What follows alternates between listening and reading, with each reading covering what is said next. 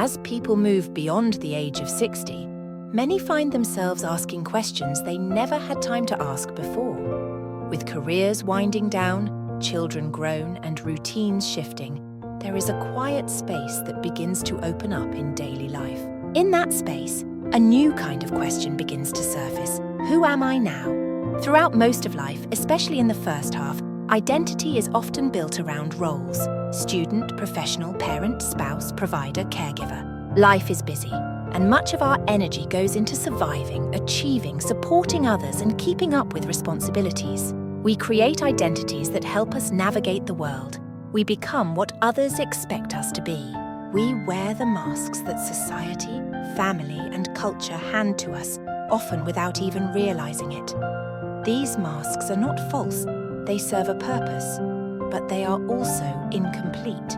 Carl Jung, the Swiss psychologist, believed that the human journey is divided into the first half of life, he said, is about building the ego, creating a functional self that fits into the world, that learns how to operate, how to relate, how to succeed. But the second half of life is different. In this later chapter, the call is not to build, but to listen. Not to conquer, but to integrate. It's a time to return to the center of who we are, not the identity we've performed, but the deeper self that has waited quietly underneath. For many, this invitation arrives subtly. It may begin with a sense of disconnection or restlessness, even in the midst of a stable life. There may be a quiet sadness or a longing that's hard to name. Sometimes it shows up as boredom or the loss of interest in things that once felt important. And sometimes it appears more dramatically, through a health scare, the death of a loved one, or the end of a career. These moments disrupt the surface of life, but they also offer an opening. Rediscovering the self after 60 is not about reinventing who you are in some flashy external way. It is not necessarily about taking up new hobbies, traveling the world, or trying to look younger. Though those things can be enjoyable, the deeper work is inward. It is about becoming whole. It is about turning toward the parts of yourself that have been quiet or hidden for many years. The forgotten dreams, the suppressed emotions, the traits you were told to keep out of sight. These elements don't vanish as we age. They wait. Jung called this process individuation, but in simpler terms, it means becoming the person you truly are. Not the one shaped by roles and expectations, but the one formed from your inner voice, your truth, your full and complex experience. It's not a quick or easy path. It requires honesty and sometimes grief. It means admitting that some chapters of life are behind you and also embracing the fact that something beautiful might still lie ahead. In the quiet of later life, there is a chance to reflect, to look at one's story, not to judge it, but to understand it. This is the time when people often look back at moments that shaped them. Childhood experiences, family dynamics, choices made out of fear or necessity. Sometimes people realize they have lived much of their life according to someone else's script, and yet now there is the freedom to write the final chapters in one's own handwriting. Consider the story of a woman who spent her life as a nurse, a mother, a caregiver. She gave tirelessly to others, always placing their needs first. In her early 70s, after retirement and the death of her husband, she found herself alone for the first time in decades. At first, it was terrifying. The silence felt unbearable, but over time, she began to notice what she truly enjoyed. Not what others needed from her, but what brought her quiet joy. She began painting again, something she hadn't done since her 20s.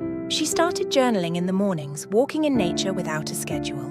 She said, "I'm meeting a version of myself I forgot existed, or maybe never fully knew." This is the essence of late-life self-discovery. It is not about erasing the past, but about weaving all the pieces together, honoring every version of the self that has existed along the way. Some people feel a kind of forgiveness rise up in this process.